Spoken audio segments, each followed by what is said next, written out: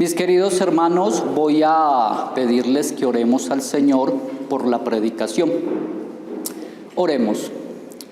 Padre amado, una vez más delante de tu presencia, lo hacemos en el nombre de tu Hijo Jesús, implorándote que el mensaje de hoy sea expuesto claramente a nuestras mentes, pero sobre todo, Señor, que sea recibido en nuestros corazones y lleve su respectivo fruto de santidad, de obediencia y para gloria de tu santo nombre. En Cristo Jesús te lo pido, te lo imploro. Amén.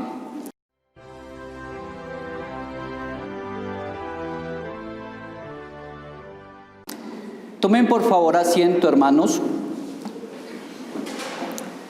Hace unos 2 meses paramos una serie de mensajes titulada Las verdaderas emociones por el Evangelio de Cristo. Hoy les invito a que retomemos esta serie. Hoy nos correspondería el 6º mensaje, el cual le he titulado Las experiencias religiosas sin que sean producidas por nuestros propios esfuerzos, no significa siempre que sean una señal de la verdadera conversión. Y quiero comenzar diciéndoles que honestamente este mensaje no es solo difícil para mí exponerlo en cuanto a explicación se refiere, sino que también les será a ustedes difícil entenderlo. E incluso algunos de mis oyentes no lo creerán. Este es un tipo de mensaje que nosotros decimos que es difícil de atrapar o agarrar. Por eso les ruego mucho de su atención para oír. Porque realmente es un asunto en que trataremos de desenredar un nudo en el hilo del cristianismo que Satanás ha hecho para confundir a los profesantes de fe en cuanto a lo que es una verdadera conversión en Cristo. En el mensaje anterior de esta misma serie, ya desenredamos uno de estos nudos, es decir, un engaño sutil de Satanás. Enseñamos de que Satanás usa un lenguaje religioso para engañar a los hombres, falsificándoles una conversión. Una de las preguntas que hicimos es el hecho de que en una denominación se pronuncie al Padre como Dios, al Hijo como Dios, al Espíritu Santo como Dios, de que se invoque a Jesús como Señor y Salvador, ¿significa que esta es una denominación de buena doctrina? No. Porque hay muchos que solamente lo que hacen es suplantar los nombres del Dios Trino. Es decir, que a sus falsos dioses, a sus falsas doctrinas les ponen el nombre de Dios. como lo hizo el pueblo de Israel en el monte Sinaí, que le puso el nombre de Jehová a su becerro de oro. Por lo tanto, la verdadera conversión está arraigada en el conocimiento de lo que ya está escrito, es decir, en la palabra de Dios. Y esto también consta de conocer realmente al Cristo de las Escrituras. Hoy añadiremos a esto, lo siguiente, que producir emociones sin que esté bajo nuestro propio esfuerzo o que ellas salgan espontáneamente, sin cómo nosotros poder explicarlo, tampoco comprueban que sean emociones santas e espirituales por el Evangelio de Cristo. El hecho de que no hayamos producido ciertas emociones por nuestros propios esfuerzos no comprueba que sean espirituales para una conversión. Es cierto que no podemos irnos al otro extremo, de aquellos que condenan toda emoción que no surja del funcionamiento de la percepción de la mente y de la decisión de la voluntad. Les parece ridícula la idea de que realmente podamos sentir el obrar poderoso del Espíritu de Dios dentro de nuestras vidas. Dicen que el Espíritu Santo solamente obra de forma silenciosa o ocultamente.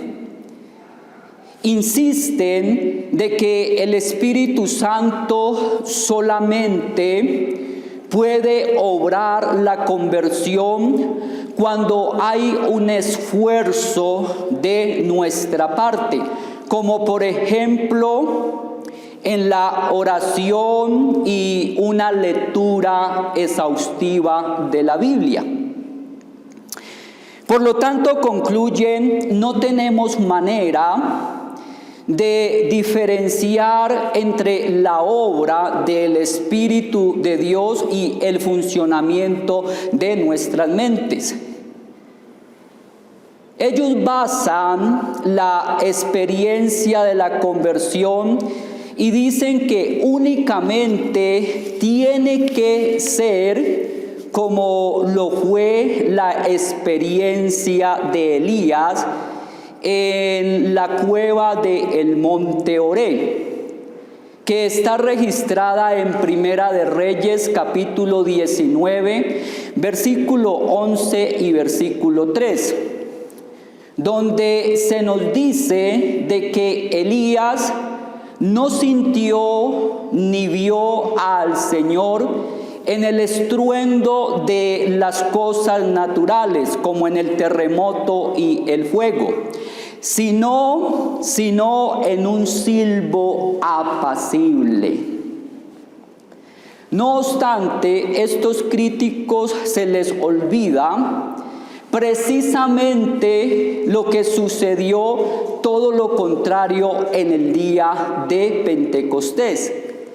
Hechos capítulo 2, versículo 2, dice, y de repente vino del cielo un estruendo, como de un viento recio que soplaba, el cual llenó toda la casa a donde estaban sentados. El mover de Dios es soberano y no está limitado a un solo accionar. Dios lo puede hacer en la forma que quiera en el lugar que quiera, en el tiempo en que quiera, con la persona o la cosa que quiera. Sin embargo, también es cierto de que no tenemos derecho alguno a esperar de que el Espíritu de Cristo obre poderosamente en nosotros si hemos dejado a un lado cosas importantísimas como el oír la predicación y la oración. Pero también es cierto de que el Espíritu Santo obra de formas diferentes. A veces lo hace de manera silenciosa o cubiertamente, pero también lo hace ruidosa y públicamente. Y cuando viene silenciosamente o cubiertamente la experiencia de la salvación, ¿por qué no podemos decir nosotros que podemos sentirla, de que esa obra la está haciendo Dios en nosotros? Es decir, ¿por qué no hemos de poder sentir que ha sido así? Es claro que no podemos producir la salvación por nuestro propio esfuerzo. El obrar de nuestra mente y voluntad no pueden hacerlo. Y escuchen esto, y posiblemente les sorprenderá, pero la sola lectura bíblica y la oración no pueden traernos la salvación. Los falsos maestros esto lo hacen. Ellos leen la Biblia, ellos también oran. Sino que es el Espíritu omnipotente de Dios que aplica esa lectura y esa oración por medio de un acto de la gracia de Cristo, produciendo en nuestros corazones esa salvación o conversión. ¿Por qué entonces no debemos de sentir que Él es quien está obrando en nosotros? San Juan capítulo 1, versículo 12, dice: mas los que le recibieron y creyeron en su nombre, le dio potestad de ser hechos hijos de Dios. Sin lugar a dudas, el que le recibió y creyó en Cristo, tuvo que sentir para hacerlo. Aunque sin lugar a dudas, esto fue producido por Dios mismo. Por cuanto la Escritura dice en Filipenses capítulo 2, versículo 13, porque Dios es el que produce en vosotros así el querer como el hacer por su buena voluntad. Pero esto no omite la experiencia sentida. Entonces nos equivocamos cuando decimos que la gente está engañada solo porque dice haber sentido el obrar del Espíritu Santo dentro de su vida. Llamarle a esto delirio sería como preguntar: ¿usted cree que su experiencia es de Dios? Y le respondemos: bueno, entonces le confirmamos de que no lo es. Miren, amados hermanos, el pecador que escuchó por primera vez de Cristo y fue convertido en el mismo instante, tranquilamente pudo haber dicho con pasión santa, como la mujer de Cantares del capítulo 2, versículo 16: mi amado es mío, y yo soy suya. Deseo compartirles estas dos formas que el Espíritu de Dios puede llevar a cabo la conversión, pero es decir, en forma silenciosa o en forma ruidosa. Pero en tercer lugar, quiero que también veamos que no debemos de pensar que nuestras emociones sean verdaderamente espirituales tan solo porque no tuvimos nada que ver con producirlas. Entonces, en primer lugar, de forma silenciosa.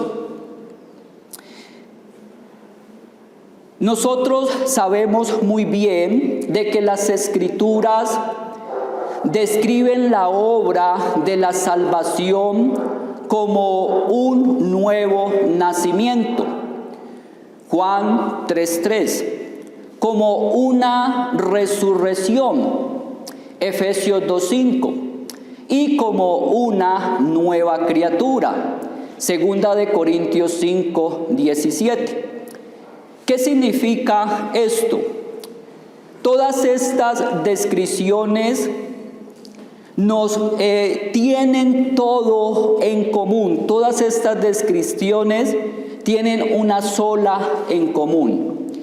Y es que todos estos eventos nos muestran de que no pueden ser producidos por la persona que los experimenta.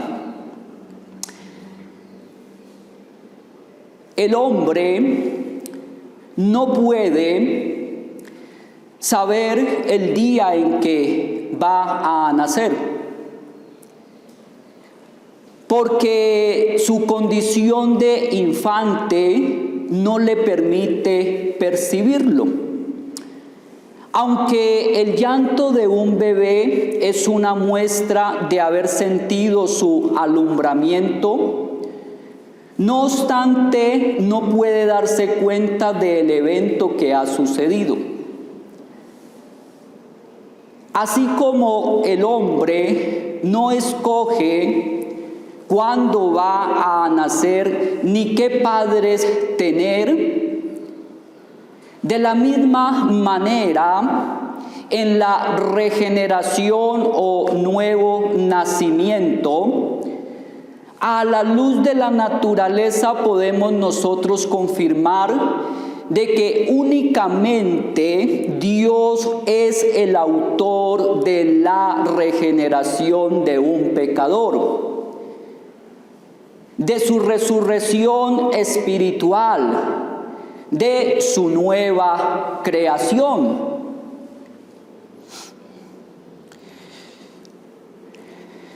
Es decir, de que el hombre no tiene suerte ni parte en esta obra.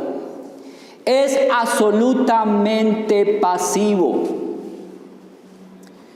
El Señor Jesucristo, hablándonos del nuevo nacimiento, Él afirmó en San Juan capítulo 3, versículo 8, el viento sopla de donde quiere y oyes su sonido, mas no sabe a dónde va, mas no sabe de dónde viene ni a dónde va. Así es todo aquel que ha nacido de nuevo. Es posible que el pecador oiga un sonido en su alma, o sienta un leve viento que rocea su espíritu y su cuerpo cuando nace de nuevo. Es decir, sienta una emoción espiritual. Y con base a esto, tenga la experiencia de la obra de Dios en su vida y pueda darse cuenta de que es Dios quien lo está salvando. Sin embargo, las Escrituras describen a través de estas formas de que el origen de la experiencia de la salvación no está en nosotros. Y aunque se pueda llegar a sentir algo en el nuevo hombre, escuchen bien, lo más importante es creer en lo que ya dice las Escrituras. Oh, sí. Y aquí es donde entra el papel de la fe, mediante la cual nosotros creemos de que es una obra completamente de Dios en nosotros. Sin embargo, en segundo lugar, en la salvación no solo Dios obra silenciosamente, sino también Dios obra ruidosamente y públicamente. En la salvación Dios obra con un poder que obviamente es más que humano. De esta forma evita que nosotros podamos jactarnos por lo que hayamos hecho o sentido. Por ejemplo, cuando Dios salvó a su pueblo, Israel, de la esclavitud de Egipto, Él lo hizo con poder ruidoso y públicamente. Esto es, con 10 grandes milagros y prodigios. Pero esto también les serviría a ellos de testimonio, que les decía que su experiencia era muy clara con respecto a que no se habían salvado a sí mismos. Porque Dios primeramente les muestra que vean su incapacidad para salvarse a sí mismos, dejándoles 400 años de esclavitud. Pero luego Dios, con su poder milagroso o sobrenatural, los redime. No cabe duda de que Dios era su Salvador. Podemos ver las mismas experiencias del poder de Dios en la mayoría de las conversiones que se nos relata en el Nuevo Testamento. El Espíritu Santo no convertía a la gente solamente de forma silenciosa, oculta, secretamente y gradual. Normalmente lo hacía con una demostración gloriosa de poder y sobrenatural. Por ejemplo, los milagros de nuestro Señor Jesucristo, para algunos estuvo unido con su conversión.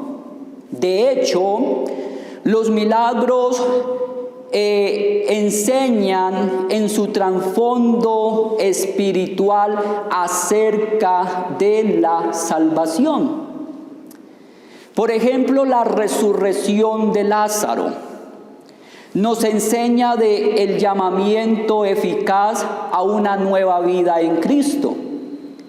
La conversión del apóstol Pablo es una experiencia extraordinaria.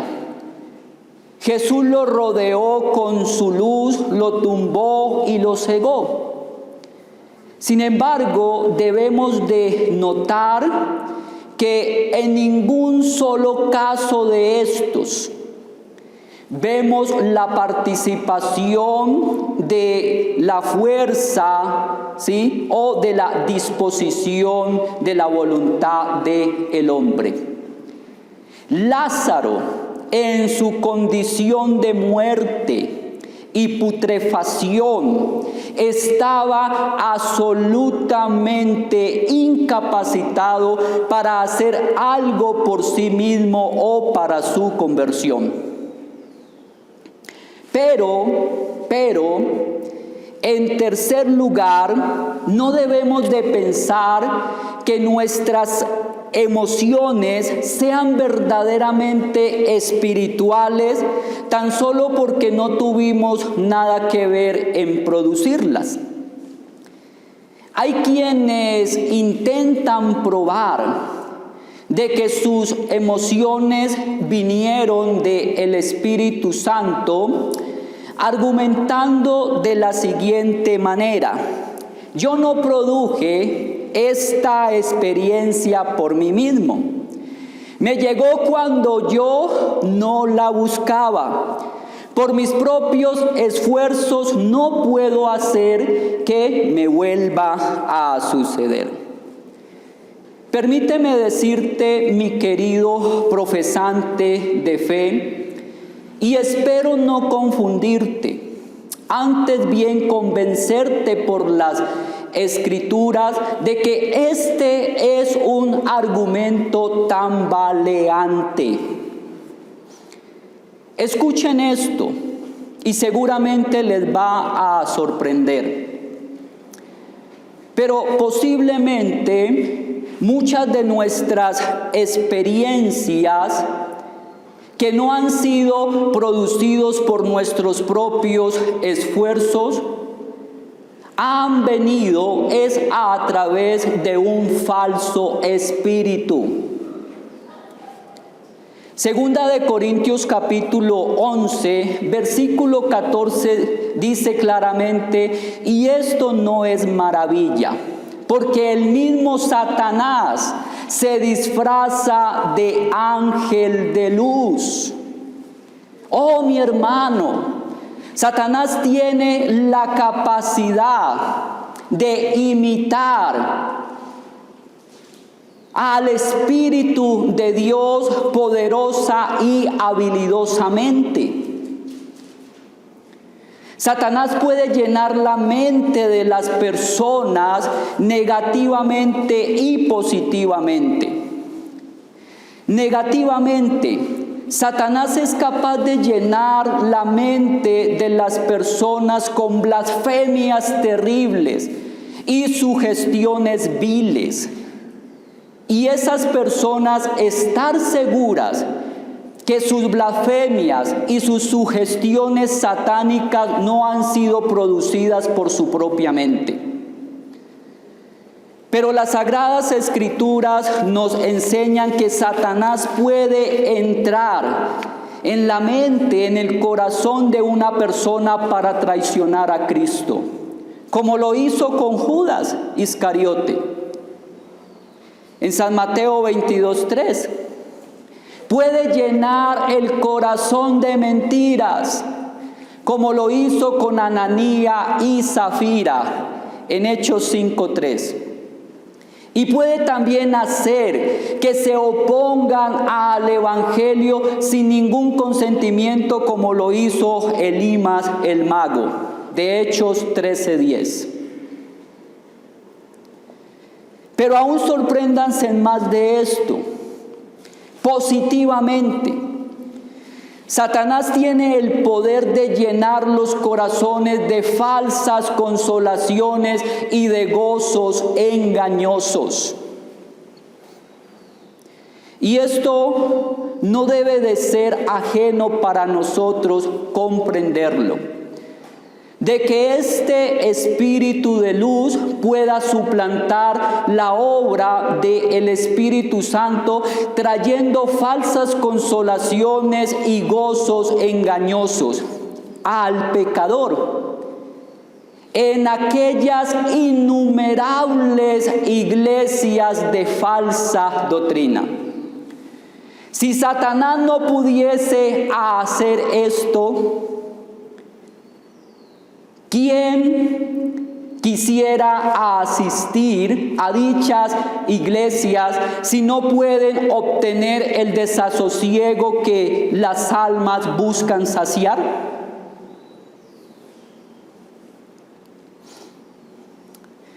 Simón el mago, el de Hechos capítulo 8 versículo 10.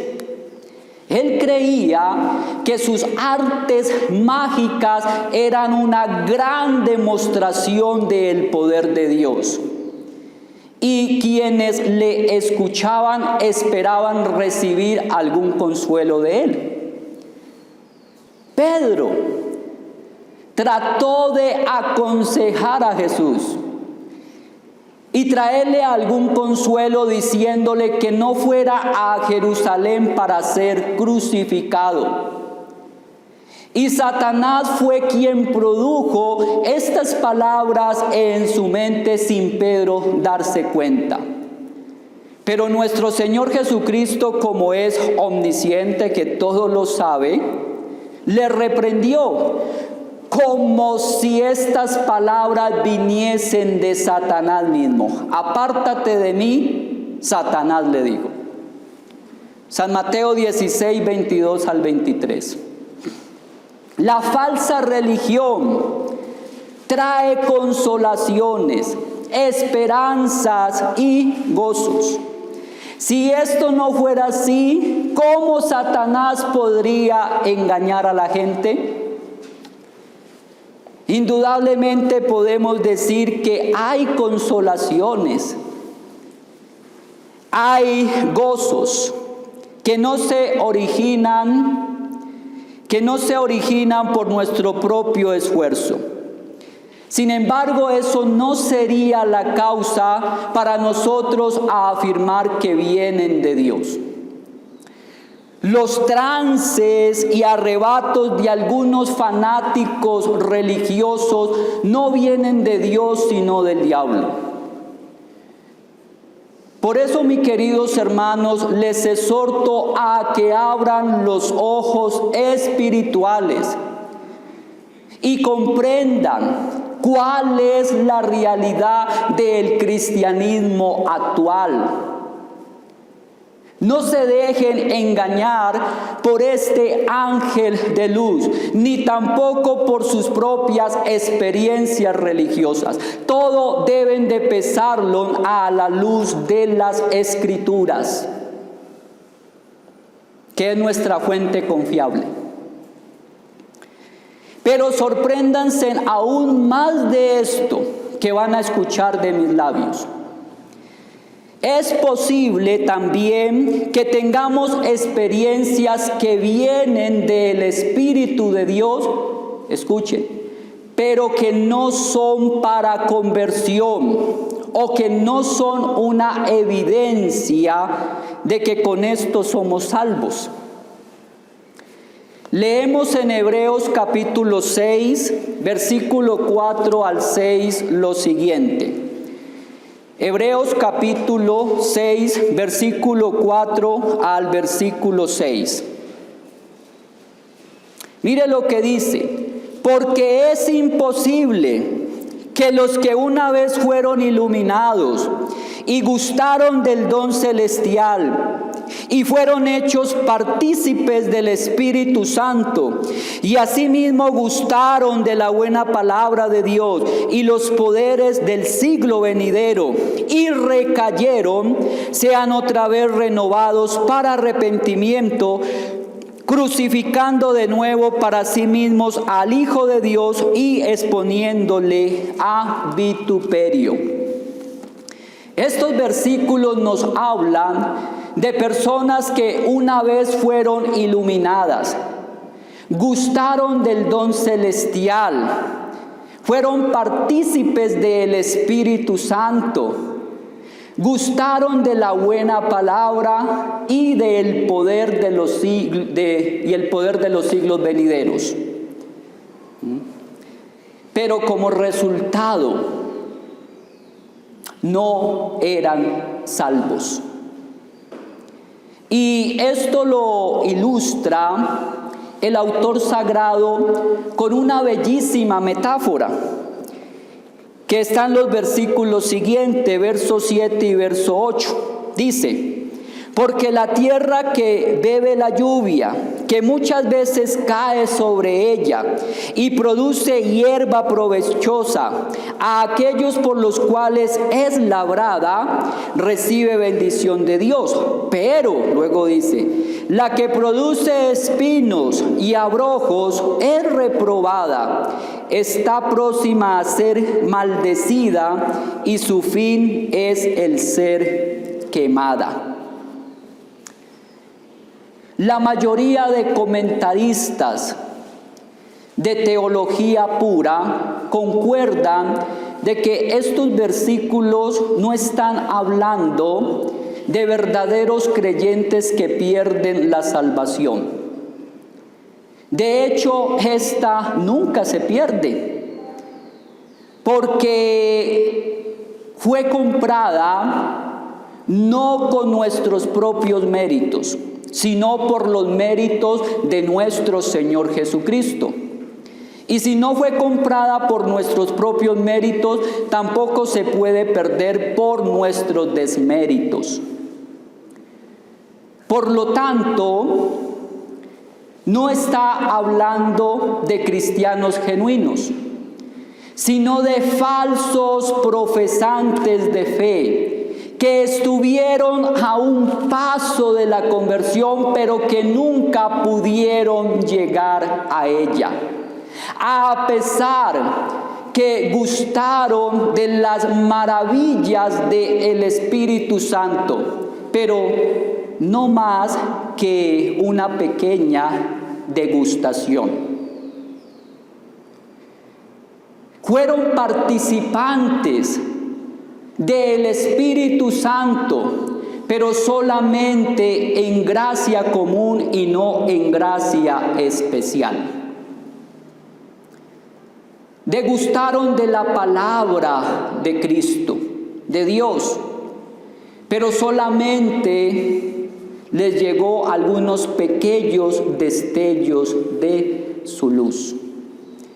De estos que se dice que recayeron, imposibilitados para renovar un nuevo arrepentimiento, fueron personas que cayeron de la verdad en una apostasía, pero no cayeron de la gracia salvífica, porque allí nunca han estado. Les sucedió como lo de Judas Iscariote, que él disfrutó de todas las maravillas del Espíritu de Dios mientras anduvo con el Señor Jesucristo. Él gustó de la palabra de Cristo. Él vio los milagros del Espíritu Santo e incluso fue apóstol de Cristo, pero sin ser salvo. Y así hay muchos que están entre los verdaderos creyentes, que disfrutan juntamente con ellos las maravillas presentes del reino de los cielos, pero solo en gracia común, mas no en gracia especial. Como aplicación, lo más importante no es sentir o dejar de sentirlo en la experiencia que nosotros tengamos religiosamente. Dios puede obrar de estas dos formas, pero también es cierto de que estas dos formas pueden ser imitadas por Satanás y hacerle creer al profesante de fe de que si esto no se produjo por tu propio esfuerzo, es porque es de Dios.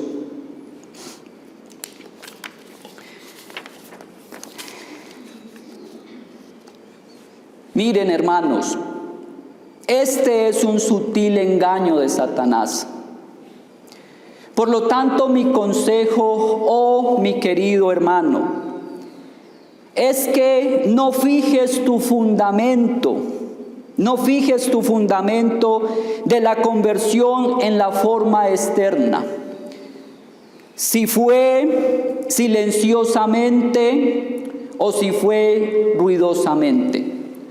Funda tu experiencia cristiana, pero en el resultado de la salvación en Cristo. ¿Y qué quiero decir con el resultado? Porque si bien, aunque no podemos ver el viento, no obstante sí podemos ver sus consecuencias. Nosotros podemos ver la fuerza desencadenadora del huracán que arranca de raíz árboles y casas. Del mismo modo, aunque nosotros no podemos ver en la regeneración el obrar del Espíritu Santo, sí es posible que nosotros podamos ver el resultado de su obra.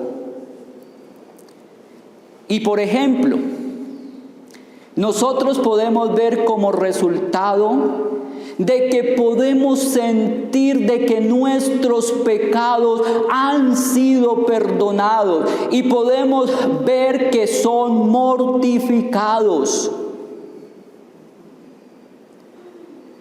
Antes nos era imposible abandonar nuestros pecados y dejar de odiar a Dios.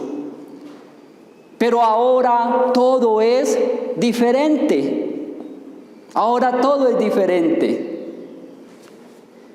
El Espíritu de Cristo ha injertado nuevas inclinaciones a nuestros corazones y nuevos deseos santos. La fuente amarga, ahora de ella fluye aguas dulces.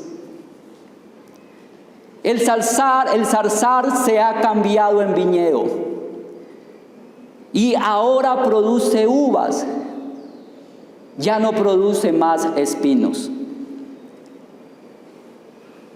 El corazón de piedra ha sido cambiado en un corazón de carne, en un corazón que es sensible a la gracia y a la palabra de Cristo. Ahora tenemos vida. Un muerto ha resucitado. Ahora podemos nosotros vivir para Cristo. El viejo hombre, en principio, ha abandonado todos sus malos hábitos y ahora el nuevo hombre está inclinado a las cosas sagradas.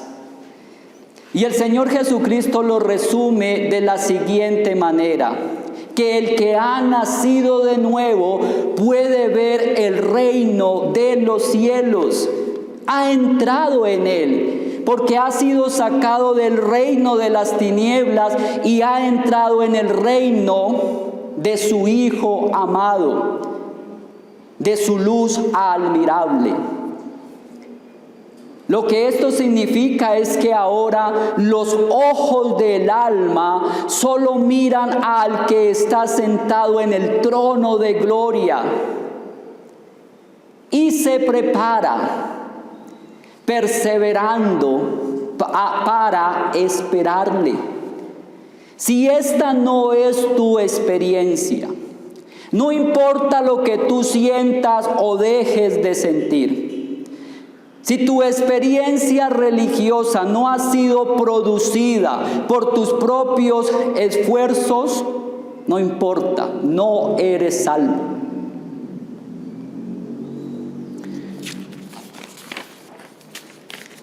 Es cierto que el nuevo nacimiento en su forma externa puede venir en silencio o con mucho ruido, pero también puede ser imitado por Satanás. Pero el resultado no puede cambiar ni ser imitado. Esta experiencia es inevitable y jamás dejará de ser sentida. Y es de la obra que dijo el Señor Jesucristo que vendría a hacer el Espíritu Santo en todos los verdaderos regenerados. Convencerá al hombre de pecado, de justicia y de juicio. Todo aquel que ha nacido de nuevo no puede dejar de sentirse profundamente incómodo cuando peca. No puede dejar de sentirse turbado, su conciencia por sus pecados. No puede dejar de incomodarse. Llora su pecado y siente que merece el juicio y la condenación. Siente aguijones en su corazón, como los 3,000 sobre los cuales se derramó el Espíritu Santo en el día de Pentecostés. Y exclama juntamente con ellos: varones hermanos, ¿qué haremos? Cuando Pedro les dijo que ellos eran los culpables de la muerte del Señor Jesucristo. Y Pedro les dijo que se arrepintieran y se bautizaran en su nombre. Luego, gracias a este convencimiento, el pecador es llevado a Cristo, el Redentor, al que expía todos nuestros pecados en forma vicaria. Cree, se arrepiente y es salvo. A través de la tristeza del convencimiento halla el gozo. A través de la angustia del convencimiento halla la paz con Dios. Así de sencillo. Lo más maravilloso de todo esto es que el nacido de nuevo no puede resistirse a la acción del Espíritu Santo. Cuando el Espíritu Santo convence, no importa la persona que sea, lo grande que sea, lo endurecido de su corazón o el pasado que haya tenido. Ese hombre se deshace en lágrimas ante la presencia del Espíritu Santo. Y su corazón es transformado de tal manera que tiene que aceptar a Cristo como su Señor y Salvador.